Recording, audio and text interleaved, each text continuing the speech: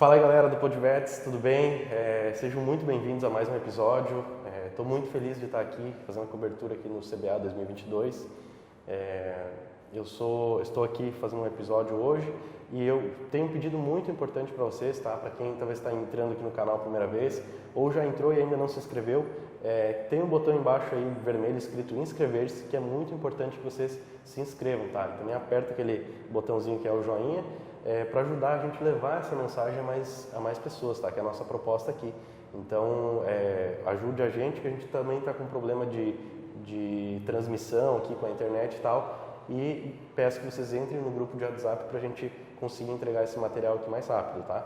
Então, é isso aí. Galera, assim, hoje eu estou muito feliz, tá? De estar aqui entrevistando a Cibele Carvalho, tá? Porque quando eu comecei com essa história aqui de conteúdo e tal, até um tempo antes de eu ter começado, eu segui alguns perfis, né, de Instagram e tudo mais, eu jamais pensei que eu ia estar entrevistando ela. Para quem não conhece, aí, o Naus Ultrassonografia é um perfil muito bacana. E lá atrás, acho que uns 2 anos atrás, eu comecei a acompanhar e eu jamais imaginei que hoje eu iria estar conseguindo aqui entrevistar, então, muito bacana. Cibele, obrigado por ter aceito o convite, ter conversado aqui com a gente. E te apresenta um pouco para o pessoal e fala um pouco de ti. Nossa, eu que tenho que agradecer a oportunidade. Eu valorizo todos os tipos de ferramenta de comunicação, que eu acho que hoje em dia é fundamental. Um dos meus lemas é conhecimento guardado é tesouro enterrado. Então, já que é assim, eu fico Bacana. muito feliz por essa oportunidade da gente compartilhar um pouco da experiência de vida profissional, ou seja lá o que for que você vai me perguntar, que eu ainda não sabe. sei. É surpresa. O que você quer que eu fale de mim? Então, eu quero que tu fale, a primeira coisa é que a gente até estava conversando aqui antes de começar, sobre essa vantagem que a gente tem hoje de ter vários recursos à nossa disposição, né? Mas também tem um lado negativo disso, não sei se tu tem uma visão sobre isso. Gostaria de saber a tua perspectiva sobre que eu enxergo muitas vezes o pessoal que tinha poucos recursos no passado, mas hoje se desenvolveu de maneira absurda, né? Viraram grandes profissionais, mesmo com a dificuldade, por exemplo, sem internet, sem WhatsApp, sem infinitas coisas que a gente tem hoje. E, pelo que eu percebo, ainda falta a gente saber usar melhor isso a nosso favor. Então, gostaria de saber sobre a tua perspectiva. Nossa, super bem pontuado, assim. Eu vejo essas duas facetas da questão que você está falando, assim. Eu sou de uma época antes da internet, Sim. né? Então, eu sou da época que na formação, enquanto veterinária, a gente tinha que ir em biblioteca, tinha que fazer levantamento manual, né? Sim. E que você não tinha computador em casa e depois, né, com esses recursos hoje que nós temos na palma da mão, né, eu vejo como uma ferramenta sensacional. E eu me utilizo justamente dessa ferramenta para fazer aquilo que eu acho que é a minha missão de vida, que é divulgar conhecimento, né? Então, como você falou, eu tenho um núcleo de conhecimento, que é o NAUS, Núcleo de Aperfeiçoamento em Ultrassonografia, e a minha missão profissional é divulgar conhecimento relacionado à ultrassonografia. E eu vejo que hoje é muito mais fácil você fazer isso do que era antigamente. Então veja, hoje a gente está num congresso, é um congresso presencial, e que classicamente esse era e sempre foi o modo que se tinha de atingir uma grande quantidade de pessoas ao mesmo tempo, quando você ia a um congresso, dava uma palestra e falava, né, o que tem de mais novo dentro daquele assunto, puxava para, olha, isso aqui tem de novo, tá top, passando assim nas publicações, a gente pode colocar isso na nossa rotina e ajudar a implementar, fazer isso virar realidade e impulsionar a veterinária adiante. Só que hoje não é a única ferramenta, e a gente tem uma ferramenta de massa, que como você falou, é a internet, né? Então a internet é uma ferramenta de massa sensacional, mas que pode ser usada tanto para o bem quanto para o mal. Claro. Porque a gente, quando você fala em congresso, existe uma comissão científica, uma censura para separar aquilo que realmente é um conhecimento confiável. Né? Então, quem vem aqui para dar palestra tem um currículo, passou por uma peneira, né? Isso, por uma peneira. E na internet a gente não tem isso. Né? Então, a gente não tem isso. Então, tem esse outro lado, né? Que eu acho que hoje, embora o conhecimento esteja muito mais à mão, o estudante, o leigo, ouso dizer que até o veterinário já formado não tem um senso crítico apurado para conseguir definir aquilo que está sendo publicado na internet, que realmente é confiável e que não é. Então, assim, é perigoso. Sim. Né? Se você parar para pensar, é perigoso. Mas vamos pensar no positivo, porque como eu vim do antes disso... Sim.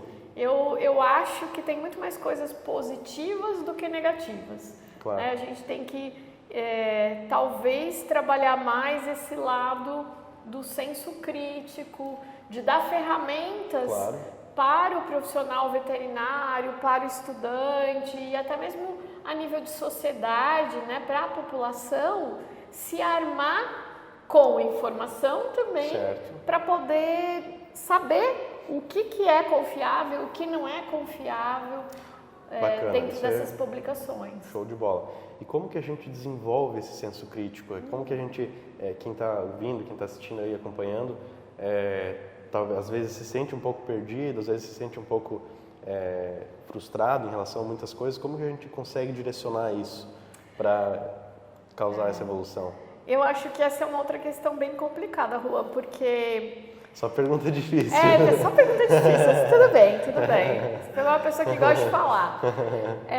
Assim, eu vejo uma coisa complicada porque, da mesma forma como hoje, a tua geração, você falou que você está fazendo veterinária, né? Sim. A tua geração, ela tem o conhecimento mais à mão.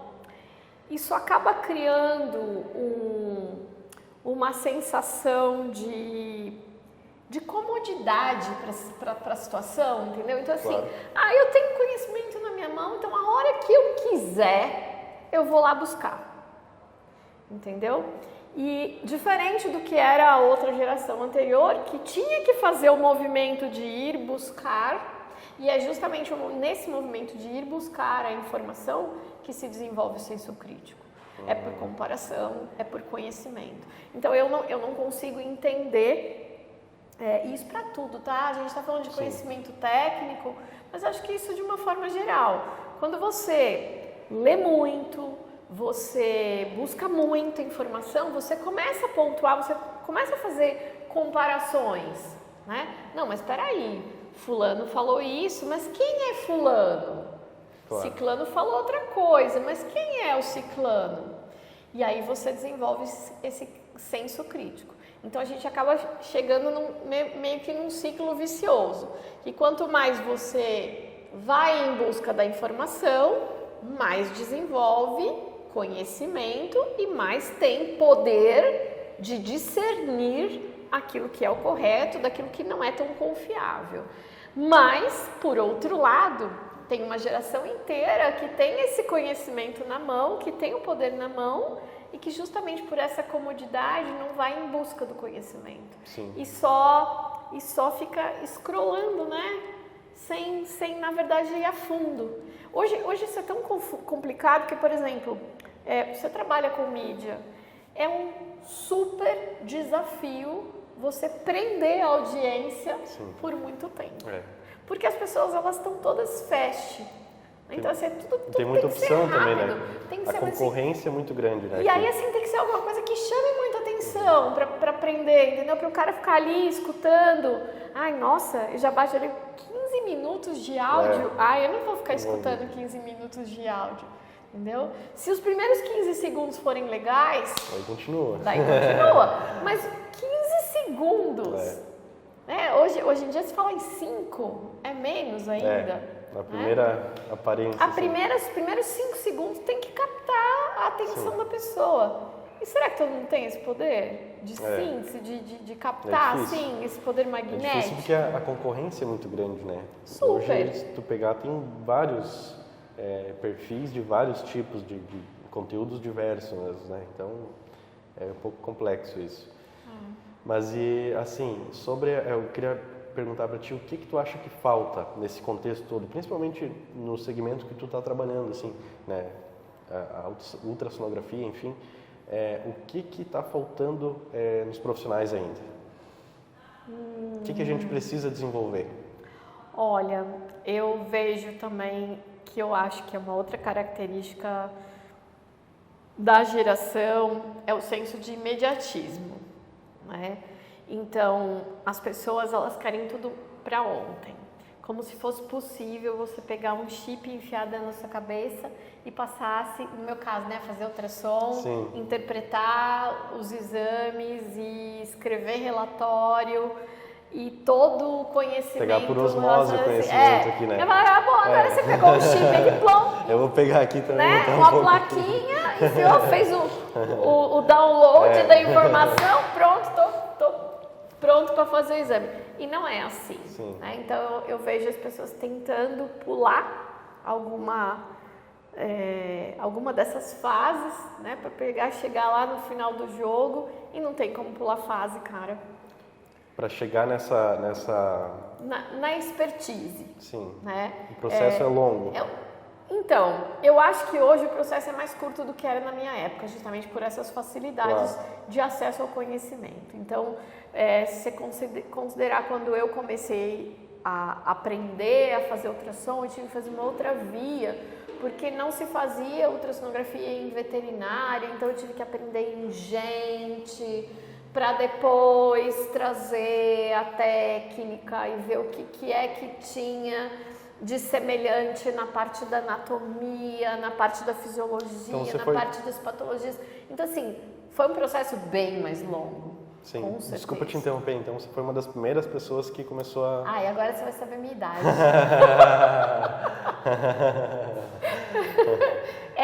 Assim, dentro de uma instituição de ensino e mesmo fora, eu fui a primeira. Que legal. Entendeu? Que legal. Então, assim, mas junto comigo, mais ou menos da mesma época, um ano antes, anos depois, meses depois e tal, tiveram outras pessoas que começaram mais ou menos ao mesmo tempo, e era uma época em que não tinha internet, então... Sim, era bem... Então, assim, para essas pessoas se conhecerem ou saberem ou compartilhar algum grau de conhecimento, demorou anos, né, para elas. Sim. Você faz ultrassom também? Sério? Onde que você aprendeu? Eu aprendi não sei aonde, e no fim acabou que todo mundo teve mais ou menos o mesmo caminho. É até engraçado você falar isso, que é curioso, né, porque quando eu conto essa história de como eu comecei em 1990, né, que eu comecei a fazer ultrassom, na mesma época, em vários lugares no mundo, fizeram exatamente a mesma coisa que eu. É muito louco isso, né? Parece que todo mundo, assim, acessou um consciente coletivo. Bora estudar ultrassom. A ideia estava lá. Então, vamos lá. Todo mundo catou aquele aí, vamos aprender primeiro em gente. Imagina que essas pessoas que foram autodidatas, elas demoraram 5 a 10 anos para chegar num nível de expertise que hoje... com toda a técnica, as ferramentas que a gente tem, né, de cursos online, treinamento otimizado, em 2 anos você faz isso. Então, assim, encurtou muito. O processo é mais curto. Mais curto e mais prático também, né? Sim.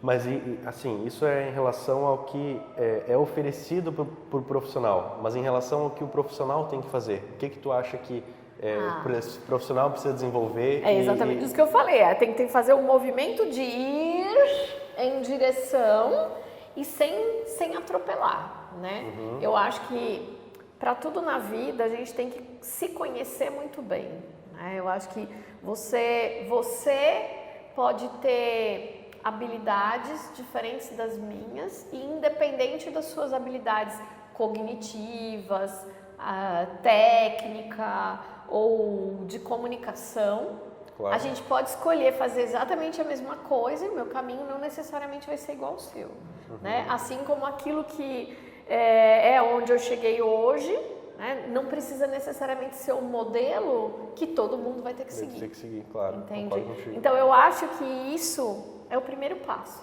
se a gente puder responder essa sua questão, Sim. eu acho que o autoconhecimento é o primeiro passo para que você, primeiro, tem que saber o que você quer, a maneira que você quer, porque aquilo que, às vezes até a gente fala assim, está sendo lançado aqui um livro que chama Medicina Veterinária de Sucesso, não sei se você viu, sim, né? Então assim, lá está recheado de histórias de sucesso diferentes, e é bem isso, né?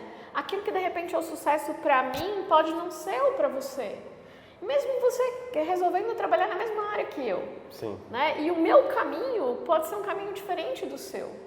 Concordo. Então, eu acho que o primeiro passo é se conhecer. Né?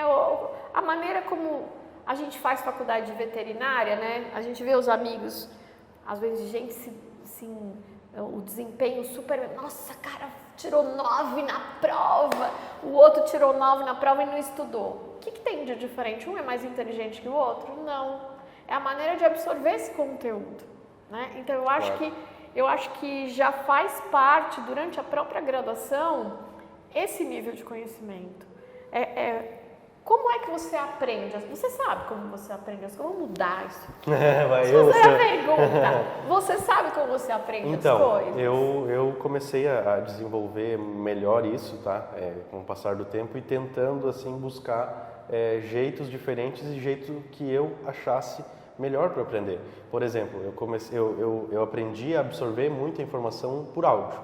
Se eu pegar áudio, é a melhor forma que eu consigo absorver, tanto que eu consigo fazer outra coisa e absorvendo... Não é à toa que você está fazendo podcast, né? Como é que é? Não, tranquilo, não tem problema. E também esse ano, principalmente, eu comecei um pouco mais, mas esse ano principalmente eu estou lendo muito audiolivro. E essa foi uma forma que eu não gostava muito da leitura, mas quando eu encontrei esse modo, seguidamente eu falo isso pro pessoal, mas quando eu encontrei essa forma, eu tô lendo muito livro, muito. Então, é exatamente o que tu tá falando. Sim, eu acho que é fundamental. O autoconhecimento é saber o que funciona para você. Para você funciona o audiolivro. Se eu ficar com o audiolivro, eu vou ficar... Exato, tem pessoas que não... Eu preciso olhar, eu preciso riscar, eu preciso desenhar o meu... Eu sou muito mais visual. Sim. Eu sou totalmente visual. Você é mais até por isso trabalha com ultrassom. Exato. Então, eu acho que esse é o caminho. É você saber... e acho até que para você escolher dentro da veterinária qual é a área que mais te atrai. Claro. A gente precisa ter esse conhecimento de si mesma. Eu, durante os 5 anos de formação na graduação, 4 anos eu achei que eu estava na faculdade errada. Nossa. Eu não me achava em nada. Legal. E como que tu... Em nada. Como é que foi esse processo? Assim... Eu vou confessar que foi muito no oba-oba, né, gente? Tipo assim, não, ano que vem vai melhorar, não, vamos lá, não sei o quê. E teve uma época que, no 3º ano de faculdade, eu fiz na USP, e a gente passava um semestre, todo mundo morando junto, numa fazenda, era uma festa, né?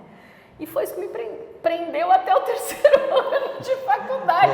Foi só isso. Tenho até vergonha de falar isso, né? Mas e o pior é que eu era uma boa aluna, assim. Sim. Eu ia bem, não prestava atenção em nada, ia no CPU, hospital, mas eu não tinha assim, eu não me via. Então as pessoas, elas entravam, não sei como é agora, mas tinha muito assim de tribo, né? O pessoal que trabalha. Eu sempre sonhei em ser médico de bichinho. Então tinha aquela tribo do pessoal que queria ser clínico de pequenos animais. Né? E aí dentro dessa tribo tinha, eu gosto disso, daquilo, claro. E tinha outra tribo que era dos cowboys, né? Então, nossa, o negócio é vaca, é cavalo, não sei o quê. Então tinha essa outra, e eu não me encaixava em nenhuma das duas. Nenhuma das duas. Eu falava, gente, o que eu tô fazendo aqui? Né? E quando eu cheguei no 4º ano de faculdade, em que teve clínica, teve a parte de imagem, eu achei o raciocínio clínico sensacional, mas eu nunca me via clinicando. Eu falava, gente, isso não vai funcionar para mim. Isso não vai funcionar. Sim. Quando eu passei pela radiologia, porque na época só tinha raio-x, né? Eu falei, olha, isso vai funcionar para mim, porque eu sou uma pessoa que não gosta de lidar com pessoas, por incrível que pareça. Sim. Sabe? Por incrível que pareça mesmo. eu tenho muita habilidade de comunicação, Sim, mas eu não gosto de lidar com pessoas. No dia a dia, se você conversar, eu sou tão tímida quanto você, porque eu percebi que você é tímido. Ah, é? Mas eu soube, ao longo Sim. do tempo, me conhecer, saber aquilo que ia funcionar para mim. E naquele momento, eu percebi que ia funcionar super para mim trabalhar na frente de um negatoscópio. E eu me apaixonei por essa ideia. E aí foi encaixando as peças. Né? Porque aí eu olhei assim e falei assim, nossa, na frente do negatoscópio eu vou ter todo o lance do raciocínio clínico, que eu adoro, sem ter que lidar com o paciente e sem ter que lidar com o cliente, que é o tutor. Sim.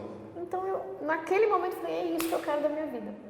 E aí eu fui ver se era isso que eu queria da minha vida. Então, essa é uma área que o pessoal que fala que não gosta muito de lidar com pessoas, tu acha que encaixa super melhor? Eu acho que todas as áreas de ferramenta diagnóstica são para as pessoas que gostam de veterinária, que gostam do raciocínio clínico, mas que não gostam de lidar com o cliente, com o paciente direto, sabe? Ainda hoje eu sou o tipo de pessoa que eu amo todos os bichos sem mimimi nenhum. Eu não tenho paciência para aquele mimimi, claro. Bonitinho. Não tô criticando essa postura, claro. eu só tô dizendo que eu não sou assim. Claro. E aí, por eu me conhecer, eu sei que eu não ia ser uma boa clínica, porque hoje, principalmente nos dias de hoje, antigamente não era tanto assim, mas nos dias de hoje, o tutor olha você e ele te avalia pela maneira como você demonstra a compaixão pelos animais. E assim, eu tenho compaixão pelos animais, mas da mesma forma como eu tenho compaixão pelo ser humano, pela dor do próximo. Claro. E eu não tenho mimimi, nem com o ser humano, nem com o bicho. Então esse tipo de coisa é algo que eu, me conhecendo, eu ia falar, não dá certo. Tem que levar em conta. Não ia dar certo. Eu ia ser Faz aquela total sentido, né? Não, eu ia ser aquela clínica que ia ser uma ótima clínica, raciocínio clínico, mas só ia funcionar para aquele tutor que não liga se o cara demonstra ou não aquele, que fofinho, que lindinho, vamos ver o fulaninho. Claro, e querendo ou não, quem está lá como responsável espera um pouco essa interação e tal, então é um estereótipo. Exato, então é encaixar o perfil que você tem e o perfil que a área necessita, né? Exato. E quando eu vi essa oportunidade, né, de ter todo esse conhecimento, embasamento, o raciocínio clínico, que é uma coisa que me atrai muito, né? Eu acho que cada paciente é um desafio, isso é muito legal, né? Sim. Eu falo que eu sou movida a desafio. Então, isso é algo que me fez ser atraída para a área de imagem. Legal. Nossa, essa informação aí fica a dica para o pessoal, né? Para pensar nisso, porque eu ouço muitas pessoas falarem sobre essa questão que nós estamos comentando aqui, né? E é interessante a maneira de tu encaixar o perfil, né? E tem muito do desgaste, né? Hoje a gente fala muito em burnout,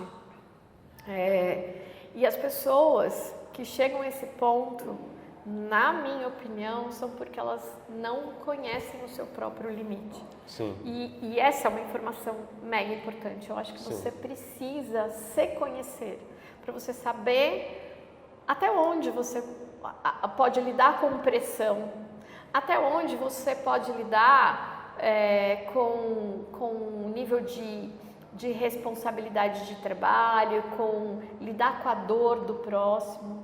Eu vou te dizer assim, eu trabalhei com clínica durante os 2 primeiros anos meus de formada, porque eu precisava fazer plantão para ganhar dinheiro, entendeu? Todo mundo passa por isso. E aí, nesses 2 anos, eu tive várias vezes de chorar junto com o tutor, porque eu não aguentava ver sofrimento, entendeu? E assim, mesmo quando eu aprendi a fazer ultrassom, que eu aprendi a fazer, que eu falei, em gente, eu saía da sala quando tinha gente assim, sofrendo de dor, não sei o que tinha que fazer o exame. Eu falava, nossa, eu jamais poderia ser médica. Né? Claro, porque não Poderia fecha ser muito ultrassonografista em gente. Olha aí. Porque aí tudo bem. Ali tu tá... Porque assim, a relação é mais rápida, é fugaz, sim, né? Sim. E aí não dá tempo desse desgaste emocional. Então eu acho que essa é uma super dica, você se conhecer, conhecer a área, quais são as habilidades que aquela área precisa para ver se bate com você. Exato, e essa é a pergunta que eu ia fazer agora. Tirando a comunicação, que eu já vou chegar lá, que habilidades e coisas assim que você acha que o mercado precisa exatamente na tua área? Na minha área, eu não sei se é o mercado que precisa, mas eu acho que as habilidades das pessoas que trabalham com imagem, a habilidade visual, né? Tá. Eu acho que isso é o óbvio, Sim. né? Isso você pode desenvolver. Né? Nível de conhecimento sempre, o tempo todo, porque como é uma área que está muito ligada à tecnologia da informação, os conceitos mudam muito rápido. Então, assim, mudou um software que está dentro do equipamento de ultrassom de um ano para o outro, e aí esse software permite a formação da imagem, não sei das quantas, desenvolve toda uma tecnologia nova que você consegue ver estruturas menores que você não via antes. Cara, então assim, tem que ter a habilidade ou a boa vontade de você querer sempre estudar. Sim. Porque não dá para ficar parado no tempo. É diferente, principalmente na parte de ultrassom, né? Que é o que eu trabalho no meu dia a dia. Então, existe essa dinâmica do conhecimento. Infelizmente, precisa escrever bem, eu acho. Porque é a maneira como você se comunica. Daí tem os termos técnicos lá da parte de ultrassonografia, a semiologia da ultrassonografia. Exato, assim. Eu vi um videozinho lá. Exato. Então, assim, eu acho que você precisa escrever bem, porque essa é a ferramenta de comunicação que você vai ter para o clínico, né? Tem que ser muito cliente. clara e objetiva, né? Então precisa, né, ter essa habilidade visual, escrever bem e conhecimento, eu acho que é mais isso. Porque toda a parte de técnica, aprender, fazer varredura, isso é algo que você pode desenvolver. Você não ninguém nasce sabendo andar de bicicleta, né? Concordo. Então você aprende a andar de bicicleta, daí vai ter gente que vai andar mais rápido, vai ter gente que anda mais devagar, vai ter gente que vai fazer acrobacia e todo mundo anda. Então acho que não tem muito problema. Perfeito. É isso.